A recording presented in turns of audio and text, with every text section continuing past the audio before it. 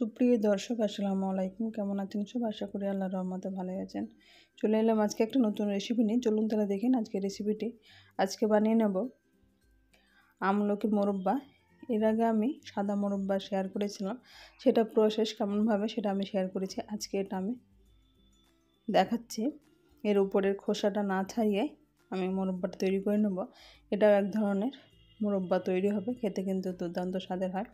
এখন এটাকে আমি এরকম কর্কের সাহায্যে এরকম ছিদ্র করে নিয়ে, যেমনটা আমরা কুমড়োর করে থাকি তেমন ছিদ্র করে নিয়ে লবণ দিয়ে এটাকে আমি সারা রাত্রি ভিজিয়ে রেখেছিলাম। এখন লবণ জলটা দেখে বুঝতে পারছেন অনেকটা আমলকির কষ্টটা বেরিয়ে গেছে। এখন এটা সকালবেলা পরিষ্কার করে ধুয়ে নিয়ে আমি ওভেনে একটা পাত্র বসে এখানে জল ফুটিয়ে নিলাম। এখানে 1 লিটার মতো জল দিয়ে জলটা ফুটে গেছে, তখন আমলকিগুলো দিয়ে দিলাম। আমলকিটা এখানে দিয়ে আমি 10 মিনিট ফুল ফ্লেমে এটাকে ফুটিয়ে নেব। প্রথমে 5 মিনিট ফুটিয়ে তারপর এটা মিডিয়াম ফ্লেম করে নিই। আমি ফুটিয়ে নিচ্ছি যাতে এটা ভালোভাবে সেদ্ধ হয়ে যায়। আমি একটা কাঁটা চামচের সাহায্যে দেখাচ্ছি। আমলকিটা কিন্তু পুরোটা এরকম সেদ্ধ হয়ে গেছে। এখন এর ওভেন বন্ধ করে দেব। এটা পরিষ্কার করে ধুয়ে ছেঁকে নেব। এইদিকে ওভেনে একই পাত্রে আমি এটা পরিষ্কার করে ধুয়ে নিয়ে একই পাত্রে আমি 1 কাপ মেপে চিনি দিয়ে দিলাম। এখানে চিনির পরিমাণটা আপনারা কম বেশি করে নেবেন। যদি আরও মিষ্টি খেতে চান তার আরও বেশি চিনি দেবেন। আমি যে মিষ্টিটা করেছি সেটা একেবারে পারফেক্ট। এখন এর মধ্যে আমি দিয়ে দিচ্ছি দারচিনি, লবঙ্গ, এলাচ, তেজপাতা। আর যে জলটা আমি আমলকি সেদ্ধ করে রেখেছিলাম সেই জলটা আমি ব্যবহার করছি। প্রথমে যেটা রাত্রেবেলা ভিজিয়ে রেখেছিলাম সারা রাত্রে সেটা ফেলে দিয়েছিলাম। আর সেদ্ধ করা জলটা এখানে কিন্তু ফোটানোর পরে কিন্তু আমলকি থেকে রসটা বেরিয়ে যায়। আমি সেই জলটা আর ফেলিনি, এই রসটা আমি রেখে দিয়েছি।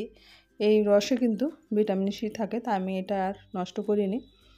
এটাকে আমি 1/2 কাপ হয়েছিল সেটা আমি এখানে দিয়ে দিলাম।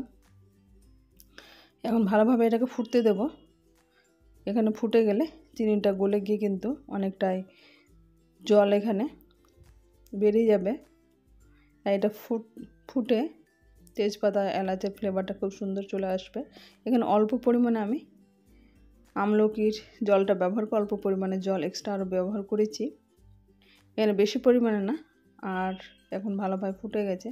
এখানে উপর দিকে ফেনা ফেনার মতো হয়ে গেছে, কিন্তু এরকম অবস্থায় আমি আমলকিগুলো এখন দিয়ে দিলাম। এখানে আমলকির পরিমাণ যত বেশি নেবেন তত চিনির পরিমাণ আরও নিতে হবে। আমার যেহেতু এখানে কম পরিমাণে নিয়েছি তাই এখানে আমি 1 কাপ যথেষ্ট। এখন আমলকিটা এখানে আমি 10 মিনিট ফুটিয়ে নেব।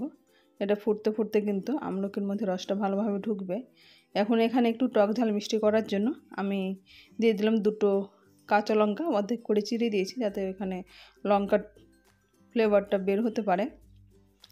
আর দিয়ে দেব এখানে চিনি শিরাটা যাতে জমাট না হয়ে যায় ঠান্ডা হওয়ার পরে, তাই আমি এখানে একটু লেবুর রস দিলাম। এবং লেবুর রসে এখানে টক ঝাল মিষ্টির টেস্টটা আলাদা রকমের চলে আসে লেবুর রসে। এরকমভাবে আপনারা একবার বাড়িতে তৈরি করে দেখবেন, খেতে কিন্তু অসাধারণ স্বাদের হয়। এর আগে সাদা মোরব্বা আমি তৈরি করেছিলাম, এটাও কিন্তু আলাদা রকমের টেস্ট। আমি দুটো 2 রকমভাবে প্রসেস শেয়ার করেছি। কোনটা ভালো লাগলো দেখে আপনারা অবশ্যই কমেন্ট বক্সে কমেন্ট করবেন। এটা 10 মিনিট এরকমভাবে আমি ফুটিয়ে নিলাম। ফুটে কিন্তু এরকমভাবে শিরাটা অনেকটাই কমে গেছে। আমলকি সেদ্ধ হয়ে কালারটা কিন্তু চেঞ্জ হয়ে গেছে, এটা দেখে বুঝতে পারছেন অনেকটা শিরা কমে গেছে। এখন এটাকে আমি এরকম নেড়ে চেড়ে এখন মিডিয়াম ফ্লেম করে দিতে হবে। এখানে যেহেতু চিনি শিরাটা ঘন হয়ে গেছে তাই এটা তলানিতে লেগে যেতে পারে।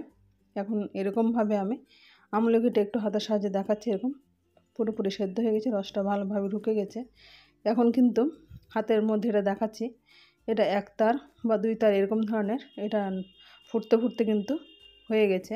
এটা সামান্য পরিমাণে বিট লবণ দিয়ে আমি নেড়ে চেড়ে ওভেন বন্ধ করে দেবো। খুব সহজে তৈরি হয়ে গেছে আমলকির মোরব্বা। এখন একটা সার্ভিং প্লেটে উঠিয়ে নিলাম। খুব সহজে তৈরি হয়ে গেছে আমলকির মোরব্বা। আমার রেসিপিটি কেমন লাগলো আপনারা অবশ্যই কমেন্ট বক্সে কমেন্ট করবেন। আমার চ্যানেল নতুন বন্ধু হয়ে থাকেন সাবস্ক্রাইব করে পাশে থাকার অনুরোধ রইল। আজ তাহলে এ পর্যন্ত, ফিরে আসছে নতুন কোনো রেসিপি নিয়ে। ভালো থাকবেন, সুস্থ থাকবেন।